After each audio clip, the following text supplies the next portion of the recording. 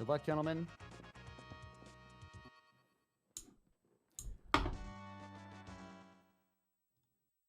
All right, so Knights of the Round. As I said, we chose Percival. He has the highest attack power, and he also has a dash move. You are going to see that dash move right away, right from the start of this race. Already, you can see that damaging attack power flying through these enemies. This is your typical beat 'em up. We're going to have groups of enemies that we need to take out throughout the run. Groups that are going to be blocking off our next section of moving on. And we're actually coming up on our first boss. This is Scorn. The strategies between these two is going to be a little different. But we should see... So basically the way Scorn works is you want to knock him down, and then you can see both players are just going to be knocking him around back and forth. You want to keep him down as long as you can. As soon as he gets up, they're going to try to use a power move to knock him down. And actually, I thought they were going to use different strategy, but I didn't see anything different really between them. So that was pretty standard for how Scorn goes. All right, on stage 2, I'm going to give you guys a heads up of some of the different moves that we're going to be seeing in this run. First of all, we're going to be seeing some dash attacks. You've already seen quite a few of those dash attacks. Basically, that's where you dash, you attack the enemies. You'll see this big arcing swing that has a pretty decent range. So that's kind of our long-range move in a game with no long-range attacks for the player.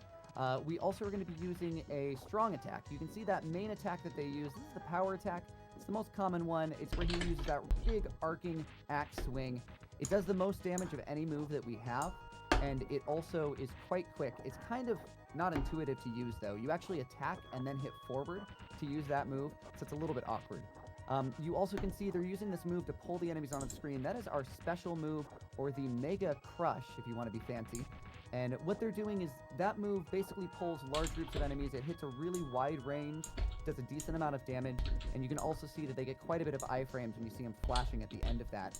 And that gives us a little bit of safety, but it does also do a little bit of damage to us in the process as well. So not going to see that too much. Other than that, there is a jump attack that we might see at one point, and they do have a back attack where they're going to turn really quickly and attack the enemy behind them. It does a decent amount of damage, and it's a very quick attack. And then, of course, there's a regular combo, but we're not going to use that. That's slow. All right, so we're coming up on the second boss already. This is Branford. There's a quick kill for this boss. It's really awesome. I'm going to try to explain it super fast. Literally, they're going to hit him off the horse. They're going to get on the horse. They're going to hit him with the horse while on the horse, and then they're going to charge attack. And it looks like both Croonin... we didn't get the stab on Croonin's side. I know Spriven got through it. Oh, and Croonin was able to get the quick attack. A little bit slower because he slipped away from him.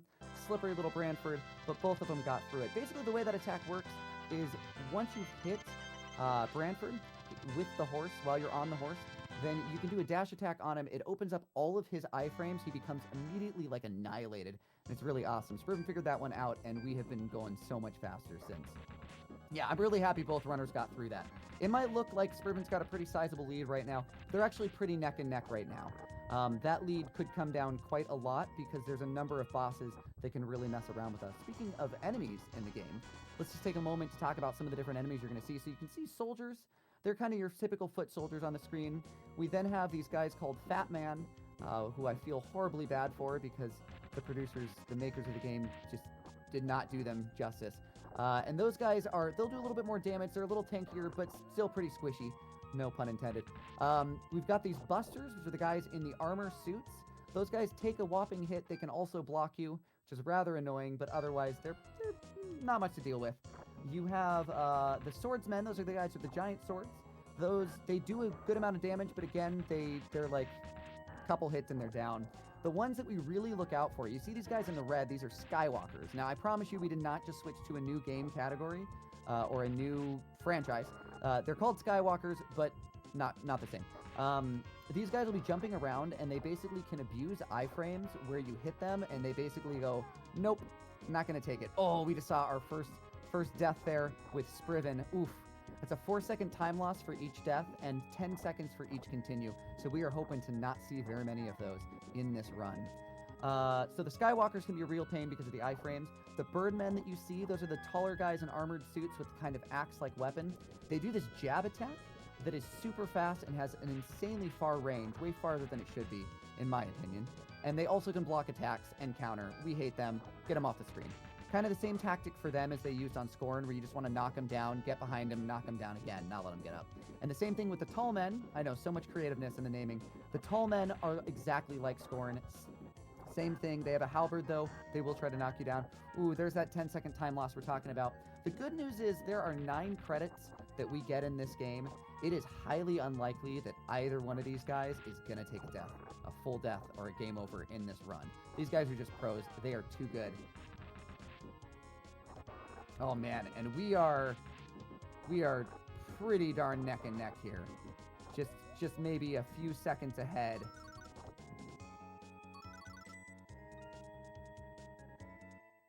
All right, so we're moving on to the second stage of this area. As you can see, we're just cleaning up groups of enemies. We're going to be coming up on the tiger enemies and also the first use of one of our orbs. You realize all those tigers just exploded on Spriven's screen. That is because there's an orb that we utilize that instantly kills all the enemies on the screen.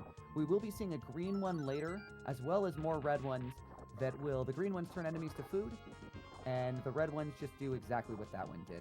I also want to give a shout out to the magicians. There are magicians in this game. However, their magic sucks, and the one odd thing about them is for some reason they grapple. I don't know who they trained with. I don't know any mages that get grappling moves, but they will throw you if you get too close. Luckily, both streamers got right by that. Both runners got by smoothly. We're going to dodge these barrels on Spriven's screen. And then basically at this point, we are just coming up on Arlon. Arlon's going to be our next boss. It's a couple groups of enemies that we kind of power through. You can kind of see in Spriven's case, he is doing what we call grouping. He's kind of stacking the enemies on top of each other. He's lining himself up in the best position between enemies, kind of setting it up so that they'll end up on top of each other and he can maximize his power attacks. You'll also notice that there's a lot of food items that drop from these enemies. The lower your health is, the more free food items the game gives you. So you'll see that both runners are keeping their health quite low, hoping to get those food drops as they go. It looks like we've only got about a segment between the two runners right now. It's going right well here. All right, we're coming up on Arlon on Spriven's stream. Arlon is a weaker version of the final boss. The strategy here, much like Scorn, we want to knock him down. A little bit different than Scorn, though. As he's getting up, he does this huge high jump, but he's susceptible to a power attack. So you're going to see this strong attack they're going to try to smash him with every time he jumps up in the air. And you can just keep staggering him repeatedly. And then as soon as he goes down, they're going to pop open that turkey. It's going to give him a little extra health. I think it's about like 30% more health if you break the food item open rather than just eating it. And that should get them both up to full health. All right, Croonin not far behind. He's just finishing up his Arlon fight here, using a couple dash attacks, and there we go. He decided to go right for the turkey, but that's okay. All right, we're coming up on Stage 4. Stage 4 is going to be the first instance of our level up item, and I'm a little curious here. There's some weird tech with this level up item. Spriven's explained it to me, but I still don't fully understand it, I'll be honest. So maybe Spriven can try it again next time. But basically, there's a level up in one of these barrels, and this item, the staff that falls, will give you a free level. It gives you all full health up. All right, he did end up going for it, so his health is completely filled. The thing is, apparently, if you die too many times in the end game, that level up there from that staff can do really odd things, where by the time you get to the end game, you will actually need double the amount of experience you would normally need to level up. And so sometimes some of the runners will skip that, although it looks like they both have grabbed it. Croonin also decided to get it as well. Taking out those barbarians quickly on Spriven's stream, and we are going on to Phantom, or Fandom, as I like to call him. He's pretty simple. He's a lot like the Skywalkers that you saw earlier. The difference is he's going to summon 2 more of himself that can damage you, but you can't damage them, or at least they don't damage the boss when you damage them. You can kill them. Mainly the goal here is we're just going to ignore them. We're going to try to focus on the actual boss and take him out. And as you can see, as long as you focus on the right guy, you know who he is. It is a quick fight. Spriven is already down. Croonin is just getting through the little cutscene there and taking on the copies, but already half health. This is going to be a really quick fight. Again, we are not anywhere near the end of this run. We are not. No one's got a big enough lead for this to be done. So we're actually coming up on the first skip of the run. These skips are really weird. No matter what we do, we have not figured out exactly how they work, but a dash move, Spriven's going to line up on this tree and he's going to dash. And then hopefully he's going to... Oh my god, he got the skip. I'm so happy to have seen one of those skips today. So he did get the skip. Normally a buster would be between those 3 barrels, but because he dashed just right and something happened that despawned those enemies, either loading too many sprites or just something else with those traps. We're going to see if Croonin gets it. All right, Croonin got the Buster, so you're actually going to be able to see on Croonin's screen what happens if you don't get the skip. It's about a 20-second time loss. He's going to get 2 Busters. He's going to get 2 Birdmen, as well as the Skywalkers that Spriven had to fight. And he might actually get 2 more enemies. I thought it was 6 enemies. But maybe I miscounted. That wouldn't be the first time. Ah, there we go. There's a Buster and another Skywalker coming in. So a couple extra enemies on Croonin's screen. Again, we don't fully know what causes those skips to work. It's just dashing in the right place for some reason gives us this ability to skip it's either a spawn there or there's something with overloading the screen with sprites. I know a lot of people have different thoughts on it, but honestly, guys, if somebody has their own opinion, please feel free to offer, because we would love if somebody would come in and tell us what we actually need to do there so that can be consistent for once. All right, cleaning up some Birdmen on Spriven's stream, and we're quickly going to be coming in on our Balbar's boss. Balbar's is actually a pretty simple boss. He's this big, tanky-looking guy, really tall guy in armor, swings a giant hammer. You'd think he'd be a lot tougher than he is, but unfortunately for him, he is very susceptible to our Mega Crush attack. He's going to take 2 hits to every time we use it, and we can follow up with a strong attack each time to just do massive damage. As well as his moves being fairly predictable, and these runners both being able to block with good consistency, I don't think we're going to see any issue from either runner on this. Spriven is coming in a little low on health, so that might be bad. He's not going to be able to use as many of his powers, as many of those Mega Crushes as he'd like. But getting those blocks in there, he's actually doing quite well here. It looks like he was able to take out that soldier that snuck in there on him, getting through pretty cleanly, and Balbar's is going down fast. He might be able to get through. You know what? I'm not going to finish that statement because I know of a thing called Commentator's Curse. Oh, Balbar, stop it. Oh, no! It looks like I still caused the curse. I'm so sorry, Spriven. He's gonna hate me for that. But there we go. So that's another 4-second loss there. But luckily, that gave him the health he needed to finish up the fight. Croonin's coming in looking in a little bit better shape for this. Just a little bit extra Mega Crush because he's got that health. So he might be able to smooth this one out. Looks like he did manage to catch up a little bit with Spriven just because of how tripped up Spriven got up at ending. Oh, wow. Really clean finish there, and that level up for full health. That was really nice. All right, we're coming up on skip number 2 on Spriven's screen. Also, there's those barbarians if you missed them before. Oh, they're gone already. I'm sorry about that. All right, skip number 2. Okay, Spriven did not get this skip. He ended up getting a Birdman on the screen. This means he's going to get 2 Birdmen and 2 Busters that spawn. Again, it's about another 10, 15, 20 seconds, somewhere in there, for missing that skip. So if Croonin gets this skip, we are going to be pretty neck and neck with these runners. All right, it looks like he also got the Birdman, so unfortunately no skip there for Croonin. But no worries, we are coming up against the trolliest of bosses very shortly, and it's going to be anyone's game with how that works out.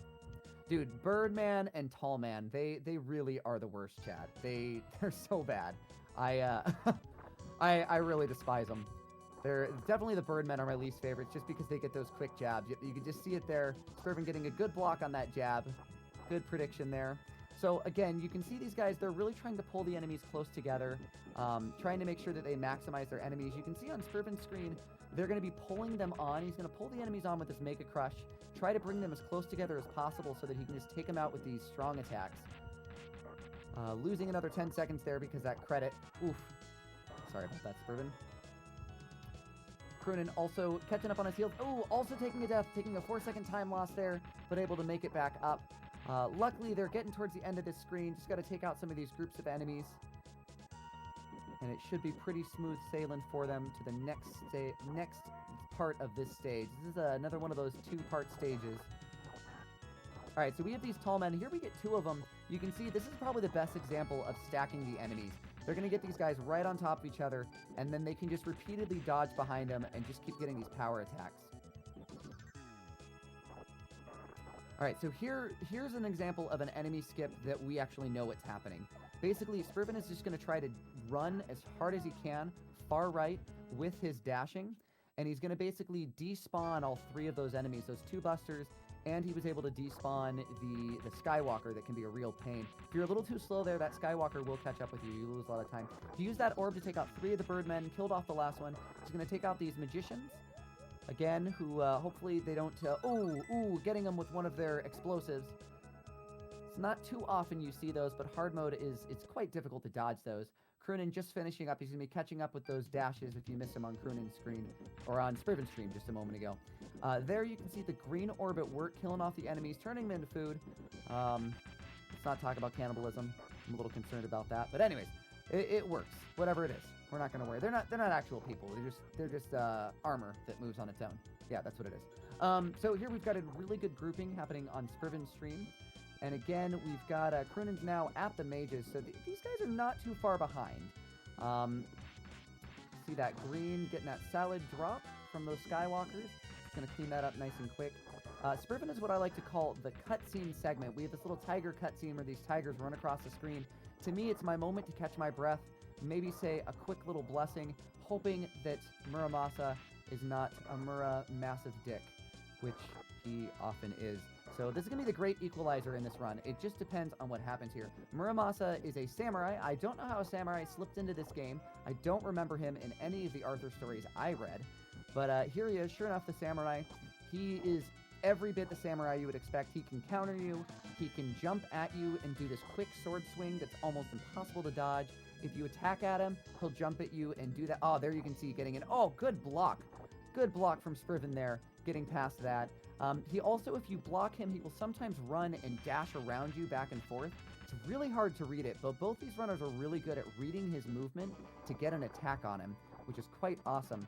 You can also see now the segment that I really just don't understand in this game. He's going to jump in the air, fly for a moment, and rain fireballs down on them, because everybody remembers that from all of our favorite shonen movies and readings of all the raining fire from the samurais. But this is what he does. They're going to block him. It's not going to be a big issue, and they're going to be able to finish him off in that segment. So again, looking at health totals, we are almost neck and neck with how this fight has been going. Croonin has saved a lot of time on this Muramasa, and we are giving a lot of leg for Spriven to be caught up on. Spriven is letting him slip by just a little bit here. Still with a little bit of lead. Ooh, and Croonin taking a death there. It's going to cost him those 4 seconds. They both have a good amount of health here at the end. You want to finish off Muramasa with Mega Crushes if you can. Otherwise, he will do a counterattack that wastes a bunch of time. All right, Spriven finishing it up.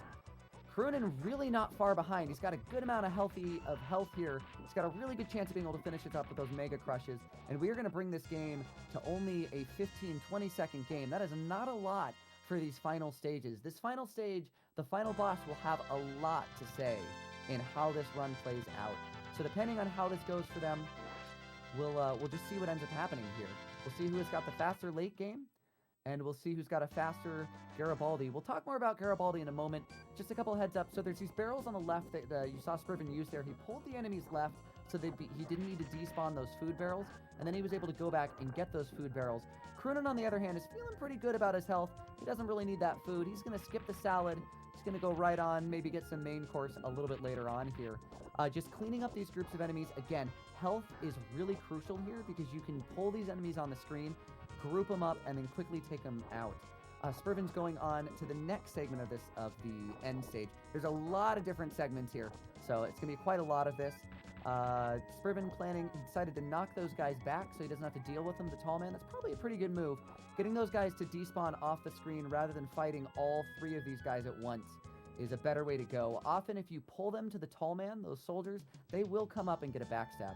All right, taking out that tall man, he's going to use a red orb that was hiding in that chest to take out another tall man and some busters. Then he's got the busters and the swordsmen to finish up here, and he's going to be going on the next segment. There is another despawn like there was on Muramasa's stage. Croonin did decide to bring those soldiers with him.